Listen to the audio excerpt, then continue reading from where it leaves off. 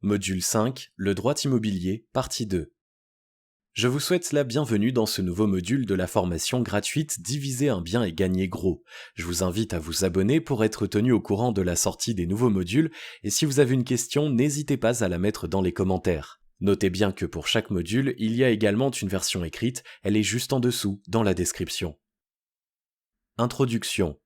Le droit immobilier de la copropriété en particulier n'aura plus aucun secret pour vous une fois que vous aurez lu ce module. On verra en détail ce qu'est un bien en copropriété et un bien en monopropriété, et on verra également ce qu'est un règlement de copropriété avec tout ce à quoi il faut faire attention lorsqu'on veut faire une division. Le droit de la copropriété. Si vous achetez, comme moi, des immeubles entiers, alors le droit de la copropriété ne vous intéressera pas, mais comme il y a beaucoup d'investisseurs qui n'achètent que des appartements, il est important de s'y pencher un minimum pour savoir dans quoi on va mettre les pieds. Pour faire un topo rapide, il faut savoir qu'il y a plus de 60 000 copropriétés en France, ce qui représente près de 7 millions de personnes. Il existe des biens en copropriété et des biens en monopropriété, voici la différence. Un bien en copropriété signifie qu'il y a plusieurs propriétaires. C'est typiquement le cas dans les immeubles. Dans un seul bâtiment, il peut y avoir des dizaines de propriétaires. Une copropriété se crée à partir de deux propriétaires différents dans un même bâtiment et il n'y a pas de limite maximum. Un bien en monopropriété, à l'inverse, signifie qu'il n'y a qu'un seul propriétaire dans le bien. C'est notamment le cas pour les maisons, mais également pour les immeubles. J'ai tous mes immeubles en monopropriété puisque je suis le seul propriétaire. Dans une copropriété, il y a des parties communes qui appartiennent à tous les copropriétaires dans lesquelles chacun paiera des charges et il y a les parties privatives avec une jouissance exclusive. Article 9 de la loi du 10 juillet 1965. Chaque copropriétaire use et jouit librement des parties privatives et des parties communes sous la condition de ne porter atteinte ni aux droits des autres copropriétaires ni à la destination de l'immeuble. La copropriété est le droit de propriété de plusieurs personnes sur les parties communes d'un même bien, chaque propriétaire ayant un droit de propriété exclusif sur ses parties privatives. Les propriétaires d'un appartement en immeuble collectif sont appelés les copropriétaires. Ils doivent respecter certaines règles et suivre le règlement de copropriété. Ce document obligatoire lorsqu'il y a plusieurs copropriétaires dans un même immeuble définit les codes de l'immeuble et précise les droits et obligations à observer. Le règlement de copropriété.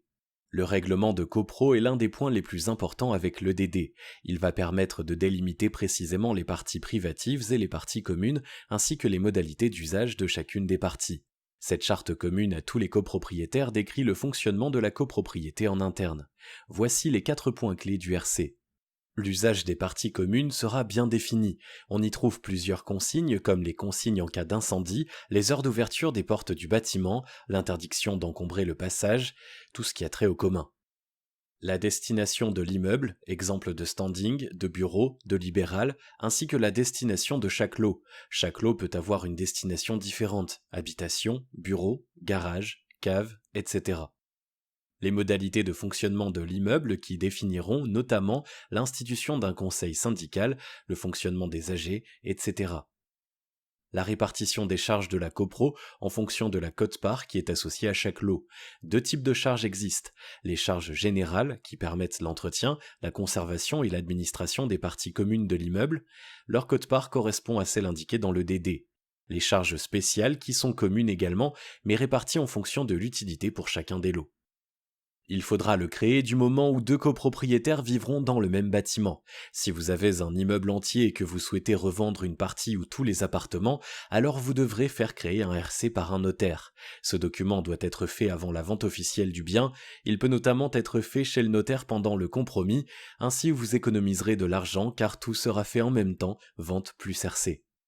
Il faudra le modifier lorsque vous ferez une division officielle dans une copropriété. En effet, étant dans une copropriété, un RC existera déjà pour instaurer les règles auprès des différents propriétaires. Dans ce cas-là, afin d'officialiser la division, entre autres étapes, le RC sera modifié par le notaire.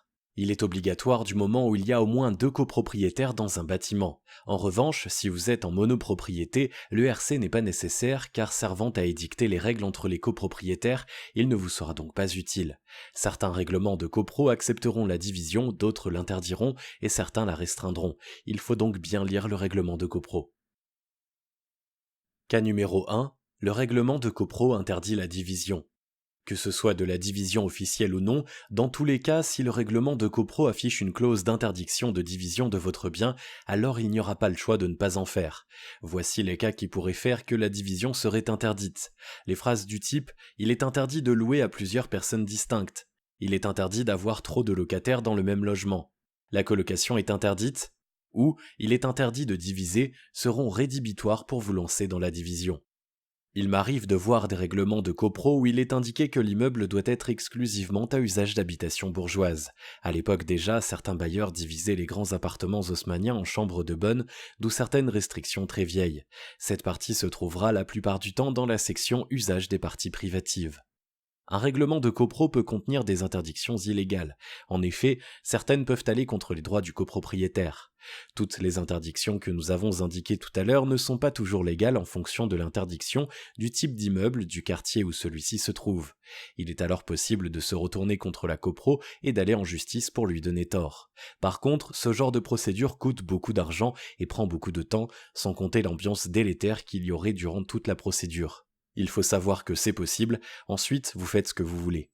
Dans tous les cas, si vous ne comprenez pas certaines phrases qui peuvent être ambiguës, vous pouvez contacter directement le syndic et leur poser la question directement afin d'avoir une réponse claire sur ce qui est possible et ce qu'il n'est pas possible de faire.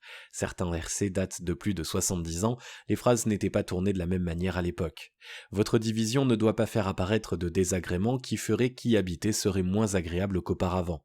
Un turnover trop important à toute heure du jour et de la nuit apporte une gêne sonore assez importante pour que la copro se retourne contre vous, le cas est surtout présent pour la LCD. Voici différentes nuisances visuelles pouvant faire baisser le standing d'un bien. Le débordement des poubelles communes de l'immeuble, toutes les nuisances qu'apporte votre activité, tout ce qui ne correspond pas à la destination résidentielle de l'immeuble est un motif d'action en justice contre vous. Ensuite, c'est à l'appréciation du juge qui peut être différent en fonction de chacun d'eux. Certains d'entre eux estiment que la courte durée est contraire à la destination résidentielle de l'immeuble. Cas numéro 2, le règlement de copro restreint la division. Un règlement de copro peut également restreindre au lieu d'interdire. On peut trouver des phrases du type « la location à plusieurs personnes distinctes » ou « la colocation » ou « la division » sont soumises à acceptation de la copro par exemple. Ce n'est pas interdit mais c'est une restriction obligeant la validation de la copro en AG. Les troubles du voisinage. Lorsque vous ferez votre première division, il y aura une chose importante à faire, outre ce que nous avons dit sur tout ce qui est règlement de copro, ce sera de suivre les instructions à la lettre pour être conforme aux droits de la copropriété. De plus, il faudra éviter les troubles du voisinage qui relèvent du droit commun. Ça peut faire rire et pourtant c'est un fléau qui touche des dizaines de milliers de locataires et propriétaires en France. Un locataire qui fait n'importe quoi suffit à pourrir l'ambiance d'un immeuble entier, c'est pourquoi il faut être très vigilant avec ça. Déjà, il faudra choisir un ou deux très bons locataires, calmes, éduqués et courtois, mais en plus il faudra être ferme lors de leur rentrée dans les lieux. Un trouble du voisinage est un souci causé par l'un des voisins qui fait que la tranquillité des autres locataires est affectée. Il y a les nuisances sonores avec une musique trop forte, mais il y a également les nuisances olfactives comme de l'urine de chat qui sont également reconnues comme des nuisances possibles. Il y a donc le comportement du locataire auquel il faut faire attention, mais il y a également vous, qui devez être très vigilant lors de vos travaux. En effet, diviser un appartement en plusieurs studios, ce ne sont pas des simples travaux. On le verra en détail dans le module isolation, mais sachez déjà que les cloisons que vous allez faire pour la division seront spécifiques. En effet, si vous faites une cloison classique, comme celle que l'on pourrait faire pour une chambre par exemple, vous risquez de gros problèmes de voisinage. Il n'y a rien de pire que d'entendre tout ce que fait son voisin. C'est pourquoi nous verrons ensemble qu'il faut faire des cloisons spécifiques qui permettront une parfaite isolation phonique et thermique. Elles coûteront plus cher qu'une cloison classique, mais vous serez tranquille puisque le bien-être des locataires, ça n'a pas de prix. Ce module de la formation est désormais terminé. Je vous invite à vous abonner pour être tenu au courant de la sortie des nouveaux modules et si vous avez une question, n'hésitez pas à la mettre dans les commentaires.